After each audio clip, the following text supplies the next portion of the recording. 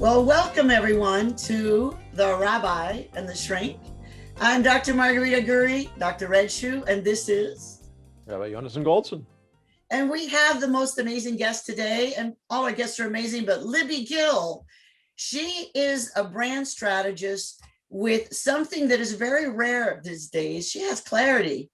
And when she says something, you actually understand it.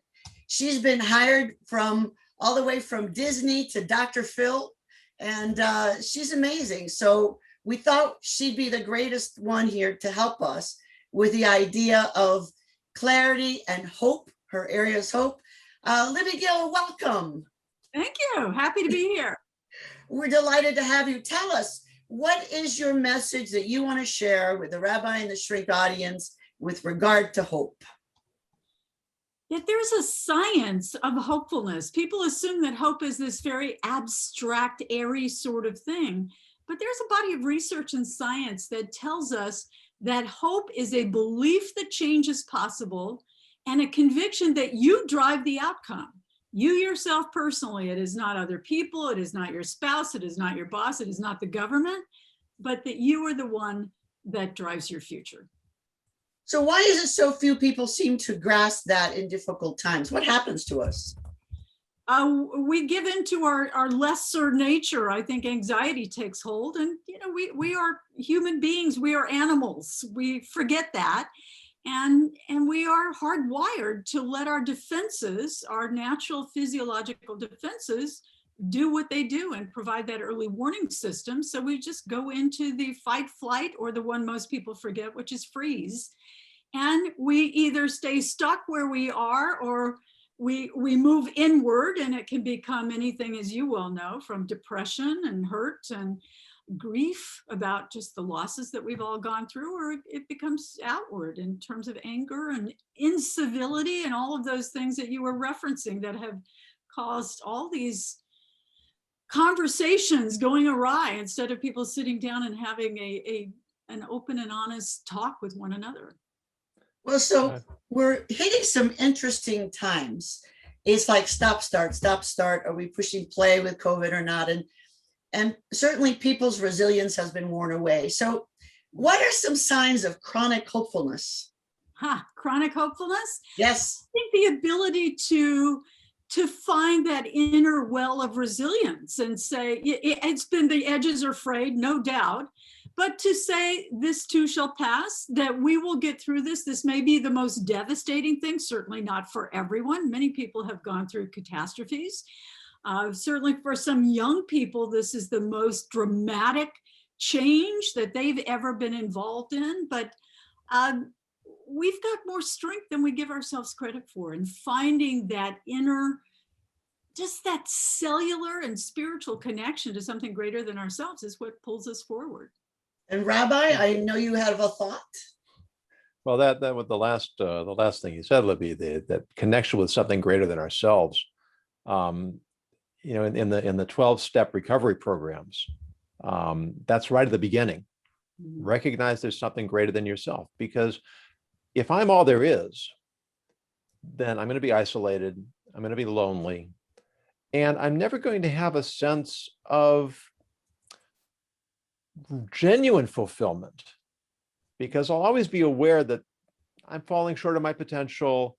I could be doing more, I could be better connected, I could be making more of a difference. But when I'm part of something greater than myself, then that gives me purpose, that gives me meaning, that gives me a feeling of eternity, that whatever life is, eventually it ends.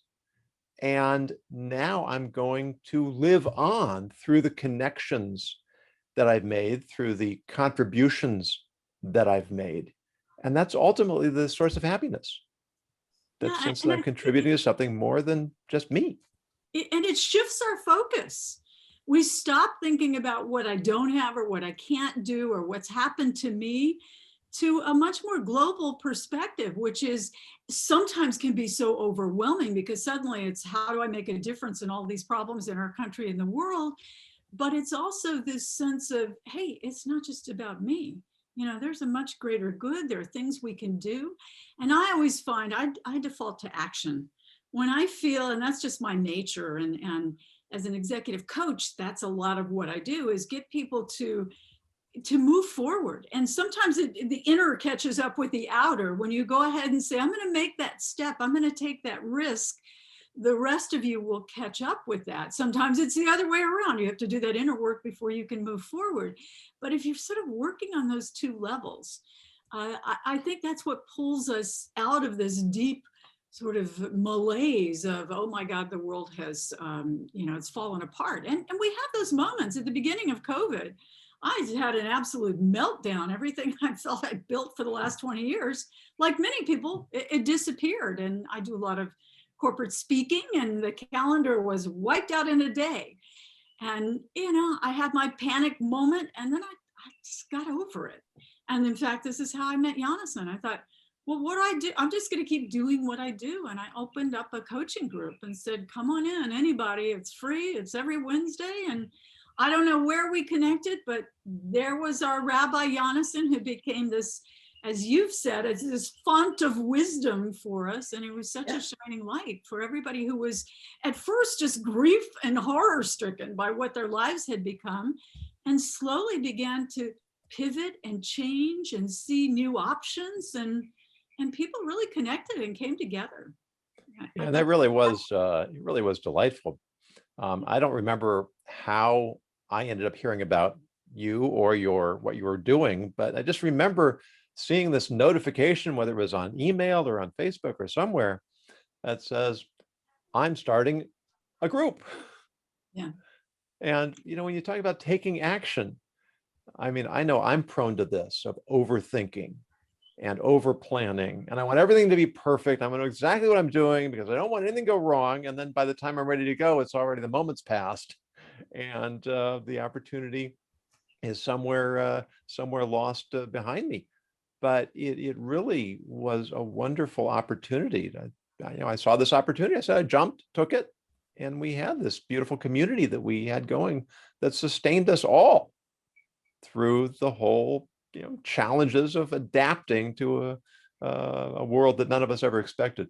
It was a pretty magical little bubble there. I thought it would last a month or two, and we'd say, well, what's happening in Trinidad? What's happening in Australia? What's happening in Canada? What's happening in Ohio? And people were jumping in, and we stayed together to the end of the year. So it was, to me, that's both the sense of community, and also there's a level of accountability, that you're respectful of other people's time. And when you come forward and say, I'm going to do this, I've made my commitment to myself and the group, and nobody's making you do it. But there's something about that when you make that commitment aloud and in company of others.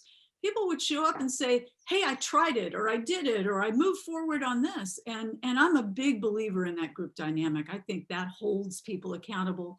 It makes them braver than they are on their own, and gets them to try new things and hear new perspectives. Well, I think it's wonderful. You're quite a leader. You certainly walk the walk, and you didn't expect anything back. That's, I've listened to your stuff for years now. I heard about you from the military. I work with the military a lot, and one of the chaplains was talking about hopes that, as a psychologist, I deal with suicide and suicide awareness and prevention, and your name came up. And so I started researching you years ago. And one of my favorites is your idea that leadership bubbles up. Could you speak to that? Because you certainly bubbled up, and so did the rabbi. Tell us about leadership bubbling up. Leadership is a self-identification. It's not a title, it's not an office, it's not your salary, it's not any of those things. It's a decision that we can make at any stage of life to say, I'm going to step up and fill a need that I see, or go beyond the description of my job as it's written. I'm going to step up and help others and take over when it's necessary, or I see a void. And as leaders, and the book that I just wrote with Rice University called Leadership Reckoning is very much about that, seeing that students can identify as leaders. They don't have to be leaders already, but it's this willingness to learn and develop and grow. And it was really interesting. I did a lot of interviews with the students there who were going through this leader development program. And many of them thought that leadership, when they came in, it was, it's the aggressive one, it's the extroverted ones, it's the people that talk a lot. And those can be leaders, but they quickly discovered that it was about their own definition of leadership, to which you later apply skills. But it's that self-awareness, it's the empathy, it's the communication, it's the extending your hand to help others. That's, and I always tell people I'm coaching, the leaders, you work for them. It's the other way around. They don't work for you, you work for them. And when you can get that through your head, then you've got a team that's willing to go forward together. This is so powerful. That is powerful. I quote or cite Simon Sinek because he talks to Navy SEALs and he asked them, who are the ones who succeed when you have a bunch of guys come in and they're going through their training? Who are the ones who make it? And he was told it's not the big tough ones. It's not the guys who think I can do it all on my own. It's the guys who, when they're absolutely miserable, they turn to the person next to them and look, how can I help this person? And I found that so powerful because Viktor Frankl says exactly the same thing about the Holocaust, that the people who made it through those death camps, I mean, we're talking horrors that we can't even begin to imagine. How did they make it through? They looked for ways to help others. And that's the key to survival, which is really counterintuitive, but extraordinarily powerful. And I cite Dr. Frankl all the time as well, because in exactly what you're saying, in the midst of the worst possible scenario, maybe in the history of time, he looked at what helped people survive. And he had this amazing passage about seeing himself standing in front of 1,000 people, explaining what he had gone through and the power of serving others. And then that's exactly what happened. And he didn't want to put his name on the book. He felt like, this is for the world, it's not for my benefit. And people said, no, you have to claim this. We need you to say, this was me, I'm a real person. And so he did. And look at how that has lived on and influenced so many people with just the power and also the simplicity of it.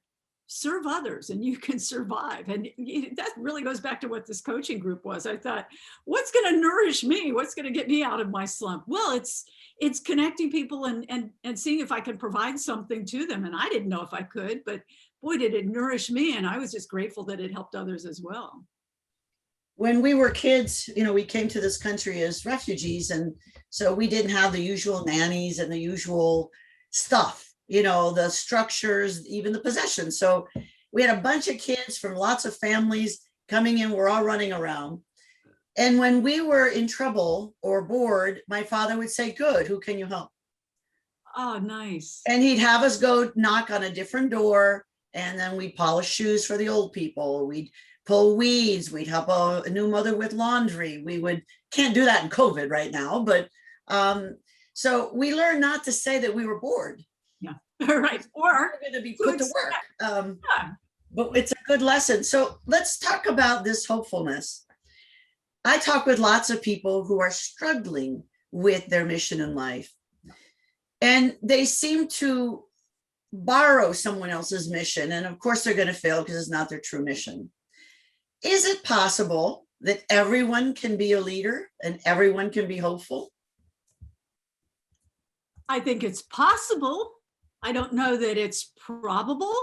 I think there are some people, and that's the journey of life, is finding not only our purpose on the planet, but that hopefulness is that willingness to move ahead. And I think there are some people that may not learn that in this go round. They may not learn it in this lifetime. And that's a misfortune. And I think that's something we can work on it. And like you, I'm not a therapist, but I'm on the board of the mental health services in Los Angeles, the D.D. Hirsch Center, which was the founder of the first suicide prevention center in the country. And I've been involved in that world of mental health for a very long time, having grown up with suicide in the family and a schizophrenic brother. And so being steeped in that world, you see people that I don't know if there's a way for him out of that hopelessness. And that's what we're dealing with at the depth of it. We're all sorry for your loss. At the same time, I also know that you have helped so many people because of that experience. And I think it's amazing what you're doing. Well, And that's really what- a way of looking, of sort of reframing the whole concept of hope, that when I'm going through the worst of times, somebody says that humor is pain plus time. Yeah, right. And we tell stories and we laugh about absolutely miserable experiences. And then we use those experiences to help others going through their experiences or preparing to go through those experiences. And so when we're in the depths of darkness, the light at the end of the tunnel is the sense that, okay, this is miserable, but I know that ultimately something good will come from it. Mm-hmm. And I'll be able to benefit others and be benefited for having gone through it. The question is if we really believe that or not. I wanted to ask you, I read recently someone made a distinction between hope and optimism. Do you see a difference there? Definitely. Hope, optimism, and then of course there's happiness. I consider them all sort of emotional cousins, but optimism is a generalized sense of everything's going to turn out all right. Maybe true, may not be true, but I'm an optimist. It's the half full versus the half empty. Hope is tied to specific actions and outcomes. So hope is situational and specific. I hope that my work will get better, and therefore I am doing these things to improve that situation. So it's not a generalized sense, which is okay, but it is very specific, and it's linking belief to behavior. If this is the outcome I want, this is what I'm willing to do to get there. And there were a couple of books that really influenced my thoughts and my writing about hope. And one is a book by a doctor who's a Harvard-trained oncologist named Dr. Jerome Groopman. He wrote a book that I loved I read it often, called The Anatomy of Hope. And he found early in his career as a clinician, he was giving cancer diagnoses to patients and their families. And at first he thought, well, I've got to tell them everything there is, which, as you can imagine, is a lot of information. And then he saw that patients were withdrawing from the process. They were so overwhelmed, they could not participate in their own healing process. And so he backed off and went the other way and overcorrected and began to give very little information. And he saw he was creating this sort of false sense of security. Everything's going to be okay, when that may not have been the case. And he found this spot right in the middle that he called true hope. And that was the spot where you gave the reality of the situation without robbing someone of the possible positive outcome. And he said, I'm not God. I've seen people survive who never should have. And I've seen people who succumb to an illness that you would have thought would be easy to treat or get past. So I loved that idea of true hope. And it's seeing the good, the bad, and the ugly, and you see how hard something's going to be. And in the business world, it's telling your team, look, we don't know what's going to happen in the next year, but here's how we're going to address it and try to mitigate what's happening in our world. And then you adjust and you communicate that as you go along. And that to me is true hope. That reminds me of in Jim Collins' book, Get Good to Great, he talks about what he calls the Stockdale paradox, which is named for this admiral who had been a prisoner of war and who had found the method, very close to what you're describing, of helping his men survive in that horror, which was, if I remember the way he phrases it, he says, have absolute conviction that you will succeed while confronting the brutal facts on the ground. Yeah. Because the people who had this irrational says, well, we'll be out of here by Christmas, by such and such a date, says, no, we won't. Deal with it. But that doesn't mean that ultimately we won't prevail. And that's really why I was excited to have you join us, because I think that hope is essential to living an ethical life. Because if we don't have a sense that we can be better, that we can make things better, that we can see progress in a positive way, then it's like, what's the point? I'll become a cynic. I'll give up. Every dog eat dog, law of the jungle, grab what you can. There has to be this feeling that I am contributing to making the world better and making myself better. And ultimately, that's what holds me accountable to set ethical standards. Mhm. That was well said, Rabbi. Yeah. Libby, I saw you presenting a long, long time ago to a university group. And you said something that I thought was very helpful, that you had the secret sauce to success of what I remembered you saying. I'm not sure if that was accurate or not, but that's my memory. And you had a simple 3 steps. If you wouldn't mind sharing that, because hope by itself sometimes doesn't help people feel important enough that they're doing something productive with their action, right? Everyone is clearly important enough, but what's the 3-step process, please? It's actually 4 steps now. Oh, it's 4-step. There's my memory. No, All right. it was 3 steps. I've added, in the evolution as we all go. All right. And we overcomplicate everything. And in such a complex world, I feel the more we can simplify it down or distill it to a pure essence, we've got a shot. So it's first clarify the vision. And if the vision of your life is too much, then where do you want to be at the end of the year? If you can just be clear on that. And during COVID, it was, where do you want to be in 90 days? That's as far out as many people could see, but get clear on the vision. Then simplify the pathway. What do you need to do to sort of clear the rubble out of the way, bring in the resources, the tools, the people that you need to accelerate your own path, to move forward. Then it's execute. You've got to do it. You've got to stop thinking, start moving. And then finally, the last step I added, and because I see so many people in the business world that forget this, is to stop and review, reflect, and refine. So after anything, a phone call, a meeting, a Zoom call, take a moment, or a huge product rollout or a launch or whatever, big or small, step back. And if you have to put time on your calendar to do this, put it on your calendar to say, how'd we do? How'd that go? What could we do differently? What could be better next time? And then make those course corrections, whether they're giant or just little details, so that you're constantly in the manufacturing world. It's called Kaizen, incremental improvement. If you're improving 1%, 0.5% along the way, you are trending in the right direction. See, and I remember that, and I like the 4th one. I thought that was very good. But sometimes my clarity is not so clear. What do we do then? You got to go inside, and I'm sure the rabbi has much more wisdom than I do on this, but however you find that silence, meditation, walk in the nature, music, prayer, whatever you do, and a lot of people give lip service to this, but a daily practice, and Rabbi, you weigh in on this, but some kind of daily practice, I think, is the only way to tune into that voice. I agree. Rabbi?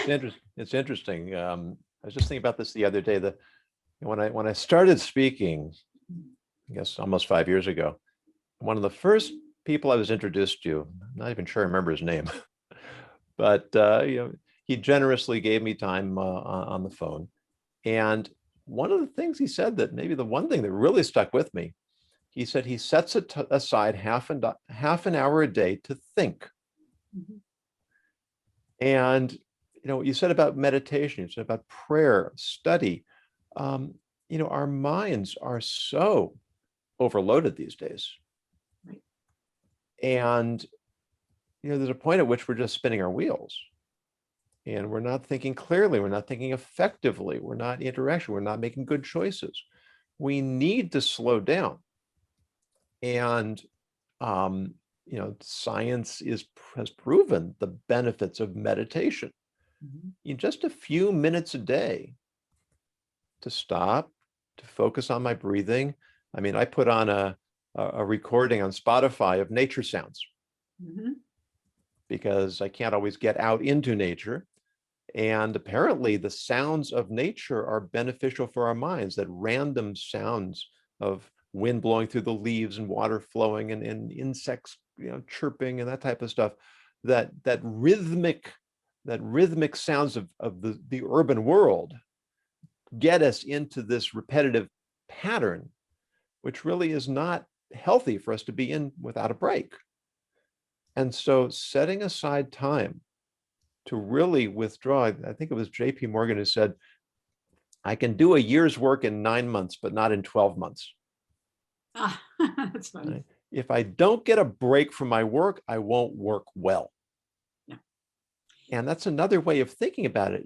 I remember I still have this problem. I sit down to meditate and I feel like, gosh, I'm wasting time I could be using for something productive.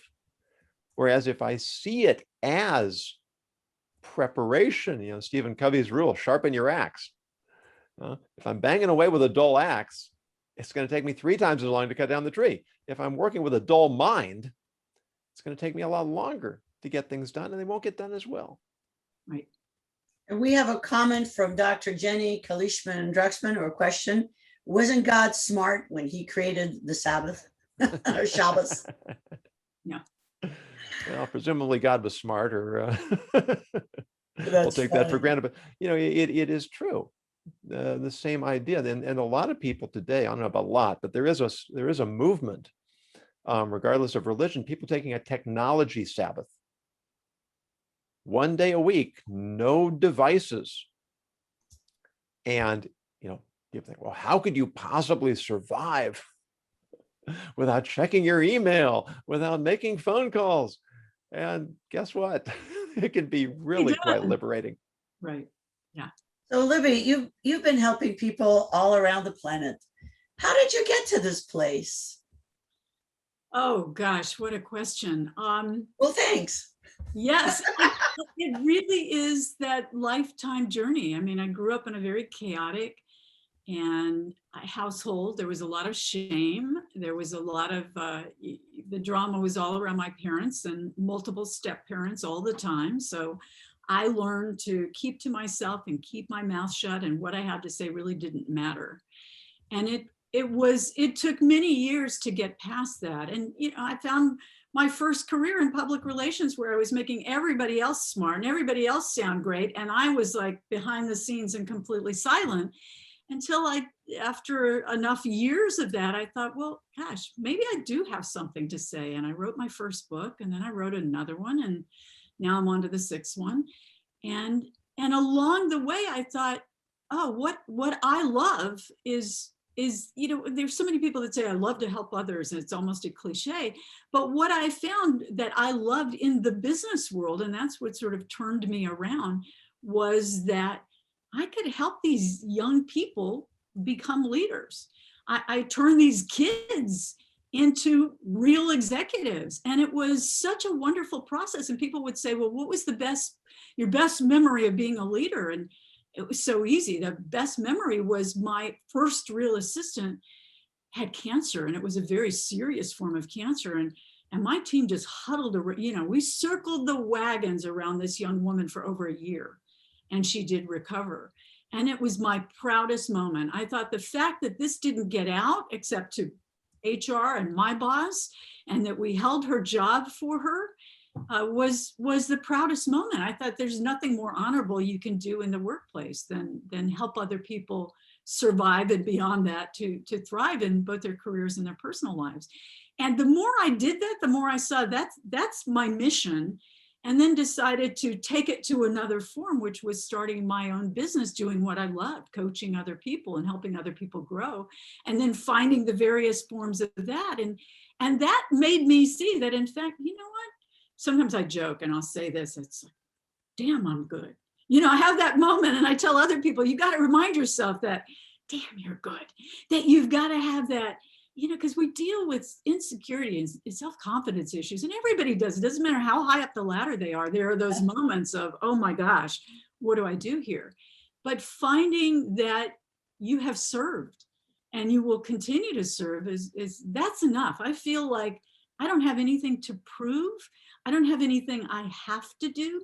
And I'm at the point in life, and it's maturity and age, where I feel like I can do what feels like it's purposeful and still have time for fun and family. My calendar is blocked out Friday afternoon for fun and family.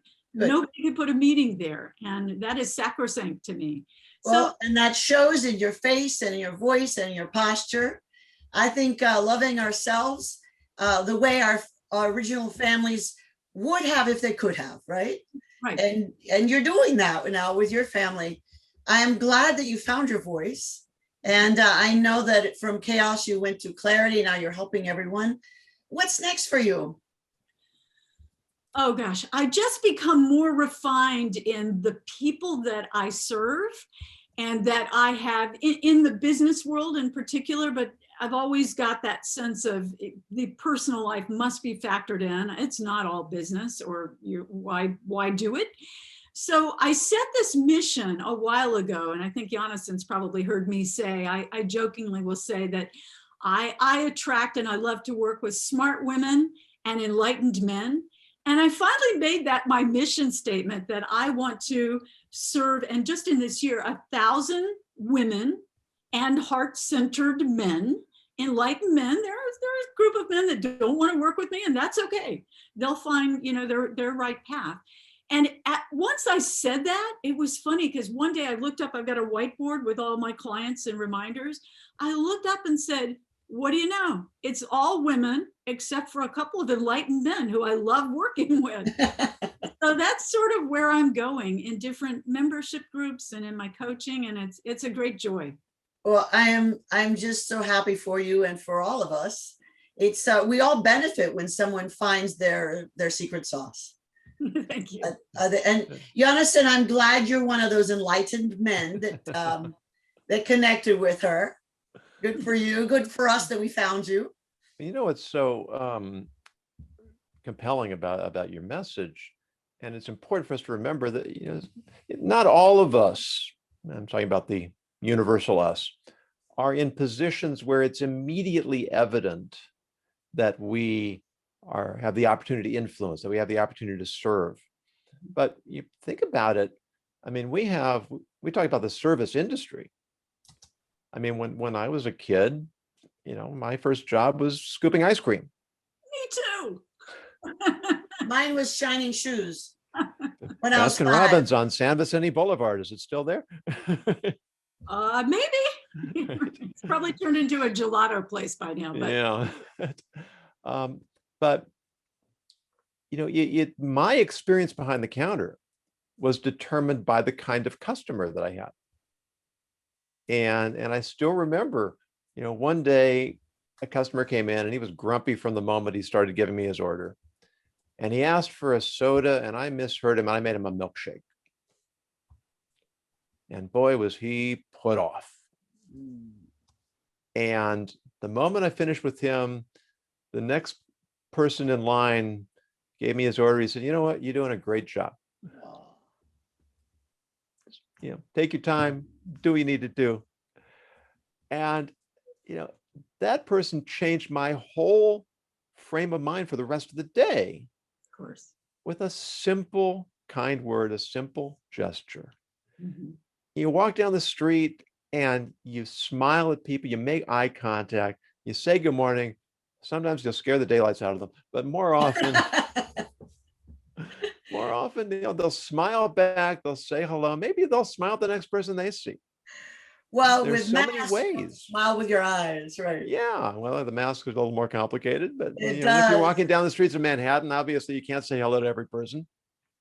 There's so many ways to influence other people with very little investment of time or effort to make a huge difference. Little kids get it right. When you ask children, what do you do to make the world a better place? They'll say, I smile and make people happy. Or I make a drawing for them, or I give them a hug and a kiss. They get it. I mean, and as we get older, we think somehow that that's not enough, just making one person smile or connecting. But as the good rabbi was saying, it made all the difference. So that's kind of interesting. Oh my goodness. Well, I have a challenge. We have a question for here in everybody the then. chat. Oh, what? We have a question in the chat for Libby. No, I have a challenge first. Okay. That'll be part of that. And actually, Dr. Jenny Kalishman-Druxman, her question helped inspired my challenge. Here's the challenge. What can you do or have you done today, tomorrow, the next day, that is that special something for somebody else? What are you doing to make the world a better place for one other person is what I can ask. All right. So Rabbi, you want to go ahead and read her question then? Yeah. So this is also from Dr. Jenny. Libby, what do you do to protect yourself from negative influences that you cannot necessarily extricate yourself from? AKA family, work, neighbors, Yes. children. I tend to, in my head, sort of label, and I don't mean this in a pejorative way, but I identify who are my, you can call them anything, energy vampires, whatever, but I think of them as limiters and liberators. They're a group of people who are the limiters that you know are going to suck your lifeblood out of you and leave you exhausted. And we tend to know who they are. And we feel guilty if we don't let them into our lives. So I say, manage your time. If that's your, pick your uncle or your relative or whomever who wants to come stay with you for a month or a week. Maybe you say, how about overnight? You control and manage the time and be aware of what you're giving up in terms of energy, time, all of that. And then there are people who are the liberators, who are there just to, the people like the fellow that smiled at you, Yonason, the people that are just set your dreams free, that make you think you can do anything. Seek them out, spend time with them so that you consciously are, I know what this person wants. I'm going to spend 5 minutes on the phone. I'm not going to spend 2 hours on a Zoom call. And control and manage that. We've only got so much time and so much energy to give. So those of us who are in healing or giving or sharing professions, or by nature, you got to, fill up the tank. You got to take care of yourself as well. So that's how I do it. I think that's great. And I want to remind everyone of the rule that I've shared repeatedly. Don't let the devil in the door. If someone doesn't bless your life and make you better, don't invite them home. Meet them at a park, meet them somewhere else. Nowadays, restaurants and stuff are challenging, but don't get stuck in a car with them.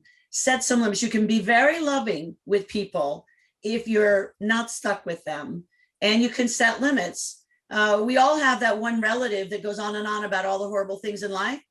And I say 5 minutes. I'll listen for 5 minutes. At the end of 5 minutes, okay, now tell me about your garden. Yeah. Set a limit, and limit setting can be positive. We often get angry and grumpy at people who are impinging on us. Well, that's just where they are. We don't have to allow it now, do we? So what are your favorite, I call those polite shut-ups. What are your favorite limit settings or polite shut-ups, the two of you? Libby? Well, first is setting the expectation up front. Yes. That it's, do you want to do an outdoor lunch, or gee, I just don't have time. Let's do a quick phone call and check in. Shift the conversation, set your own limit. So yeah, polite shut up, and don't be afraid to frame it that way. Just not as a polite shut up, but frame it in terms of the limitation. You just can't do it all. You can't take all of those in. So for me, it's anticipating it and not feel the need to answer everybody immediately. Weigh it over and see what your energy says about whether you want to do that or you want to put a stop to it. Rabbi, your favorite polite shut up? That's probably something I'm still working on. But, in Judaism, we have a concept of evil speech, and it technically refers to gossip, which is maybe true, and that's how people justify it, but it's true. Yeah, but what's the benefit of saying it? But then colloquially, it extends to any kind of pointlessly negative speech. And there is something, I remember learning in high school, Benjamin Franklin said he always expects the worst, and that way he's constantly delighted that things don't turn out as bad. I haven't really, I see from Libby's expression, she's not quite on board with that. And neither am I. There is something to be said for limiting expectations, right? Because unmet expectations can be the root of much evil, but at the same time to have a positive outlook. But it's so easy. I mean, especially politics. I mean, my mother, she should be well. She's 92 years old, and she listens to the news way too much. And she's always bemoaning the fate of the country. Say, okay, let her go on for a few minutes. And then, as you say, let's shift on to, let's talk about your grandchildren. Let's talk about the things that are good in life. It's really just a question of reframing, of looking at the positive. There's a famous story that after the destruction of the Second Temple in Jerusalem, so four of the sages were walking and they came over the Mount of Olives and they looked down on the place where the temple had stood and they saw the ruins of the temple, which had been destroyed in their lifetime. And while they were watching, they saw the place, the Holy of Holies, the most sanctified place on the face of the earth. They saw a fox run into it. And three of them started to weep. And they said, this is the place where the high priest used to stand on the holiest day of the year, Yom Kippur, and atone for and now it's a place for foxes. And the fourth one, Rabbi Akiva, he started to laugh. And they said, why are you laughing? And he said, why are you crying? Well, they explained, what greater tragedy could there be than this? Why are you laughing? He said, the prophet says that the place of the temple would one day be destroyed and overrun by wild animals. But the prophet also said that the temple will be rebuilt and all the Jews will come back to live in their homeland. If the first prophecy has been fulfilled, then how much closer are we to the fulfillment of the second? That's great. Well, that's lovely. Being able to find the hope in tragedy, to be able to find the good in the bad, to turn the negative into positive. It requires some creativity, requires some effort, some discipline, but the rewards are priceless. Yes. I think that's wonderful. And it's kind of like some people have this gallery of complaints and they'll tell you this and then that and then this and then that. And it's so funny. And I laugh. So Rabbi, she should be well. Is that like the Southern saying, bless her heart? Is that the saying? I know that one. Bless her heart. And I think the gallery of complaints should be that temple that eventually no longer can be worshiped in, and then the wild animals come in and you can do a do-over, right? I think all of us can choose hope and we can choose positivity. There is somebody always in our lives that's going to say all the negative things, and they go on and on and on. One of my best friends, I call him a curmudgeon. And I go, oh, my little curmudgeon. So how's your garden? And he knows that that's my polite shut up, meaning next. Yeah. My wife says, isn't the weather nice today? I'll sometimes ask people, what was the best thing about 2020? So what was the best thing for you? I think quiet time and reflection. I wasn't getting on airplanes, so that just a little slowdown was, and I've only been married for 2.5 years. Oh, congratulations. Thank you. And becoming that much closer to my newish spouse and being very happily locked down together was. I'm so glad that you had your little honeymoon time, unexpected. Exactly. What a blessing. Rabbi, what was your best part about 2020? Well, I met both of you. You got a little something on your nose. Okay, so among many others. I have to say, I've made so many valuable connections with people that I never would have come in contact with. They live all over the country and sometimes all over the world. Yes. I mean, I was on a call yesterday with a woman in South Africa who started commenting on my posts. And, we had a lovely conversation. And another woman on the East Coast.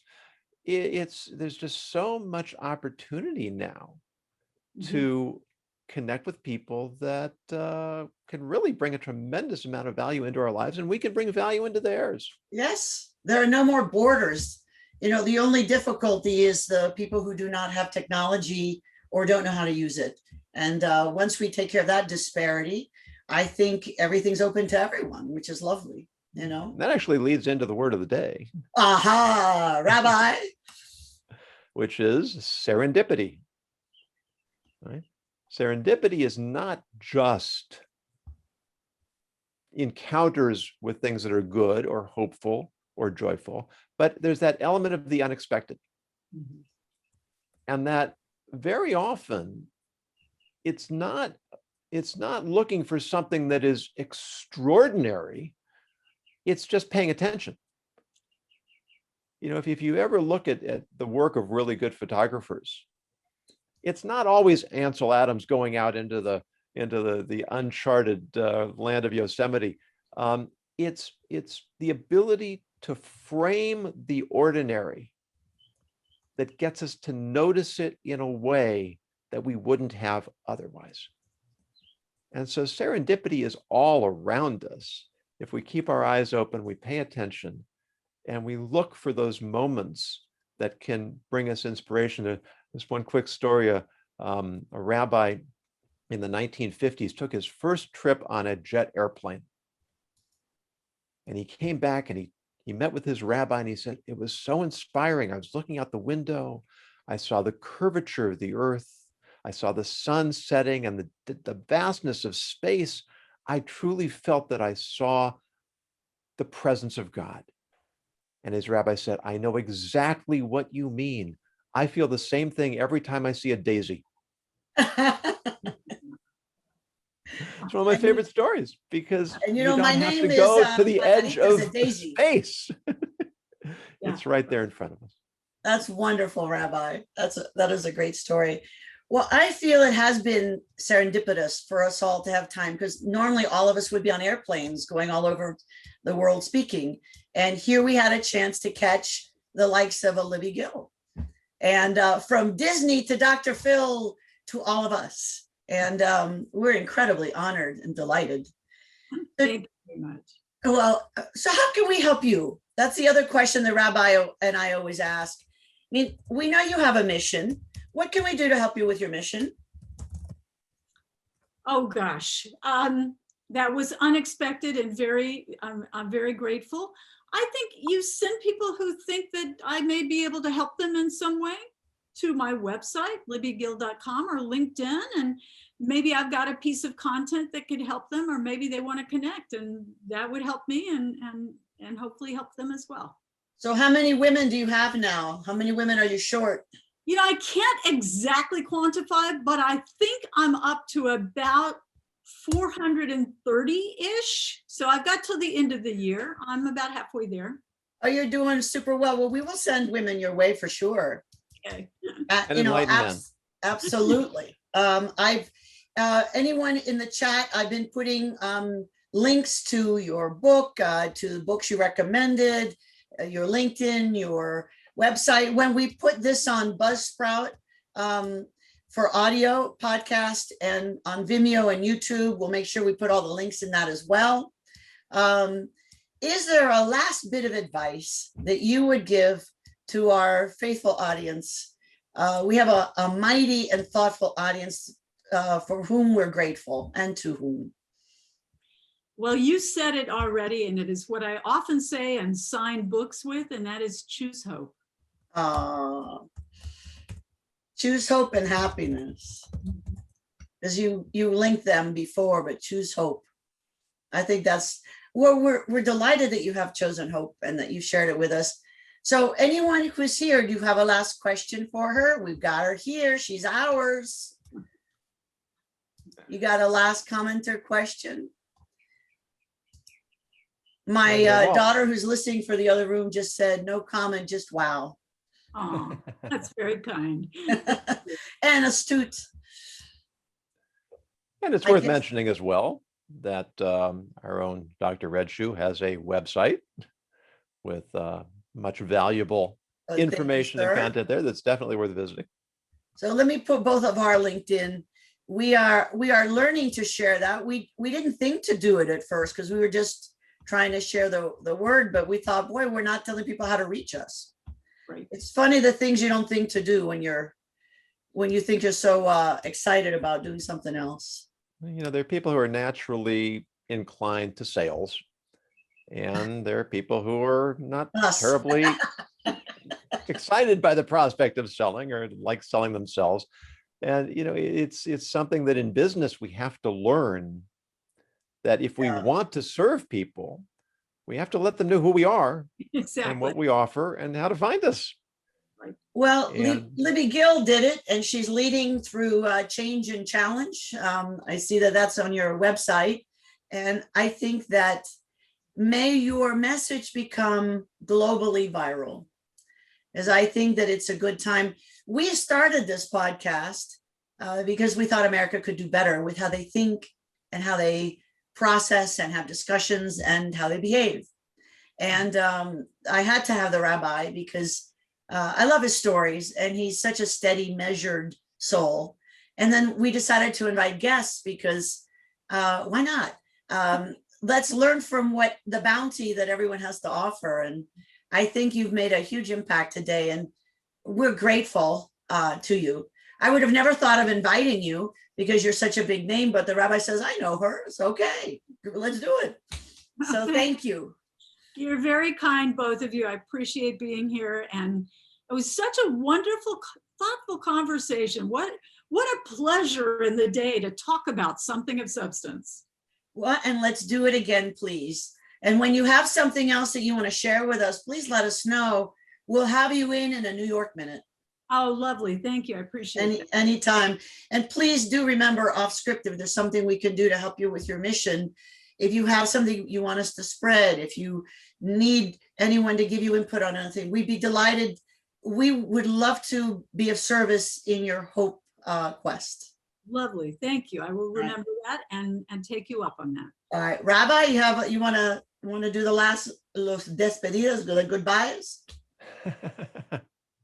Das Vidania, how's that? When the greatest friendship in the Bible is David and Jonathan.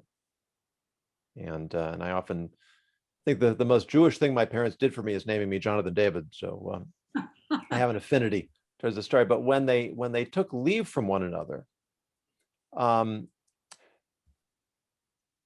they used the phrase Lech Shalom, which is usually translated as go in peace. But that's not a correct translation. It really is translated go toward peace.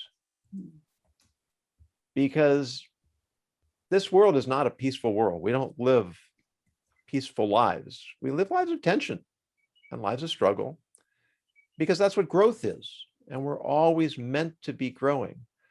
But if we have that sense that everything is leading us towards a peaceful, and the truth is that even peace is not a good translation of shalom. A better translation is harmony. When everything is in place, when everything works together, when all the moving parts are in concert, that's what harmony is. So having the sense that my struggle is leading me towards harmony, I think is the way of leading a hopeful life and leading a happy life. All right. So go forth, everyone, and do what you can do to up your levels of hope and be there for others. I know you'll be happy that you did. We'll see you all next week. And Libby, again, thank you so much. Thank you so much.